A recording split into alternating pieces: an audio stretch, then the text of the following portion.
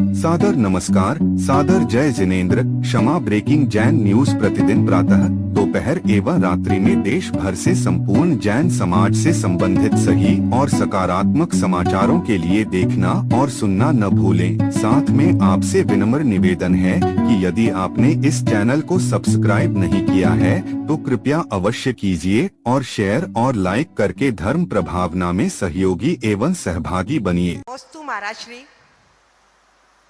हे गुरुवर, हमने अपने जीवन में कौन सी गलतियां की उसका हम कैसे पता करें? अरे आपकी गलती नहीं पता तो किसको पता है भाई।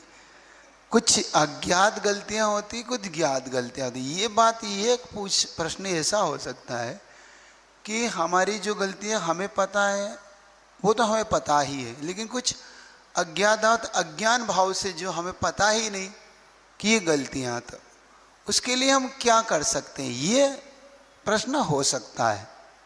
देखो, अगर इस प्रश्न को हम इस तरीके से लें तो हमारे यहाँ तीव्र मंद ज्ञाता ज्ञात भावाधिकरण वीर विशेष बस तद विशेष, ऐसा सूत्र स्वयं उमा स्वामी महाराज कहते हैं कि ज्ञात और अज्ञात भाव।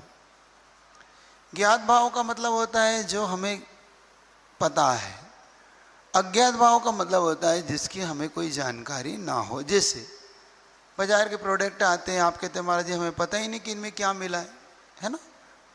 ऐसे में हम कैसे उससे बचेंगे? तो हमें पहले ज्ञात करना होगा। कुछ लोग इसलिए ज्ञात नहीं करते कि महाराज जी पता पड़ जाएगा तो हम फिर खा ही नहीं पाएंगे कभी, इसलिए वो कहते हैं हमें पता ही नहीं करना ताकि हमें पता ही नहीं। लेकिन ये मायाचारी का भी दोष है इसमें।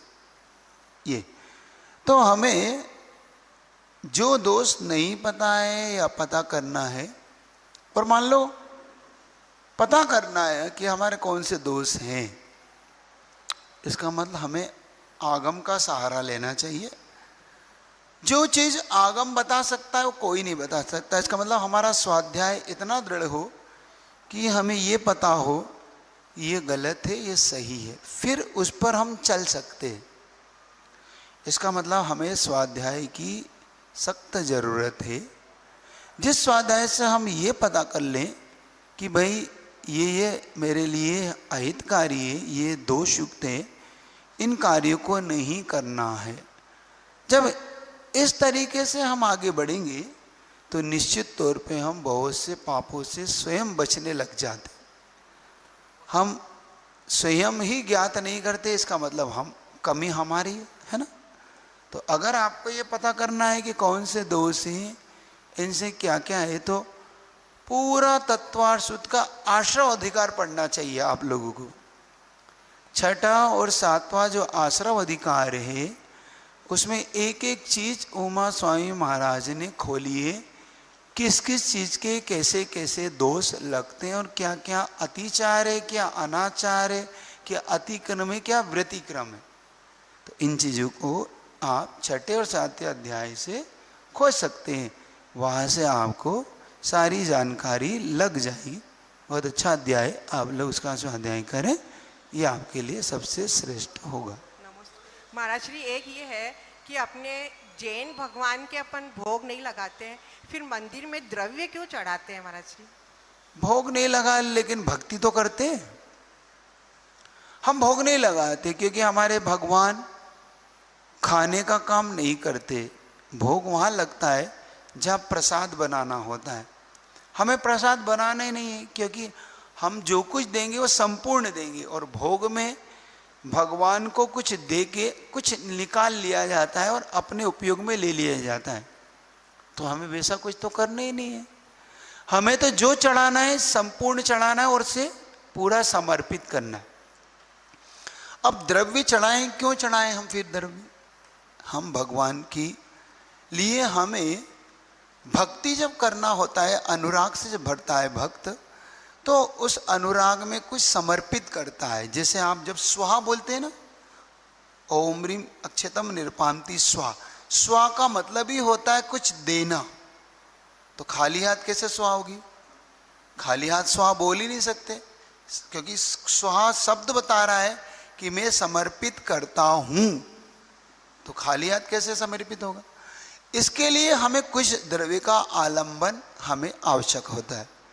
जब हम उस द्रव्य का आलंबन लेते हैं तो वो हमारी भक्ति को बताता है। अब यथाशक्ति सबकी अपनी अपनी होती है।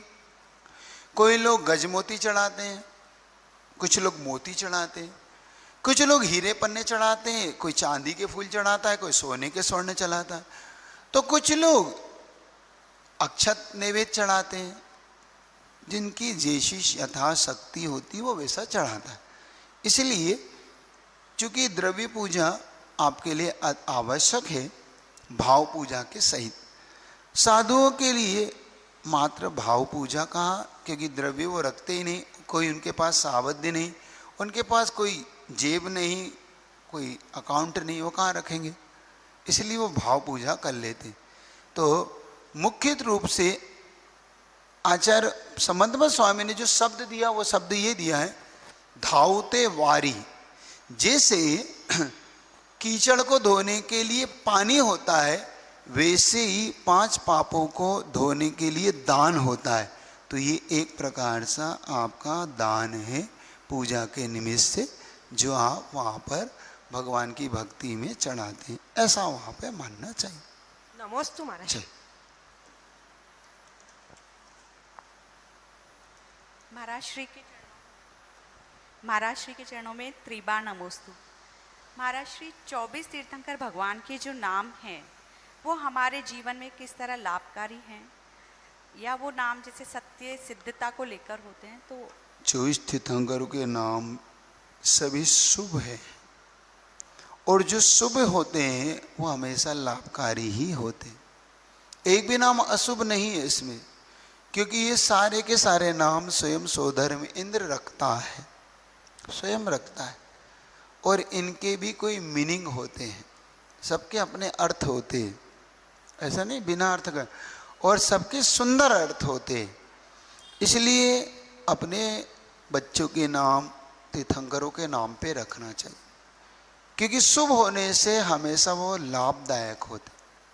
ये बात अलग है कि बच्चों का खुद का पुण्य अगर कम हो तो वो भी लाभदायक कैसे होंगे, है ना। तो आप लोग अपने बच्चों के नाम हमेशा शुभ रखें, स्वयं सौदर इंद्र के द्वारा रखे गए हैं, और इनके अपने मीनिंग होते हैं।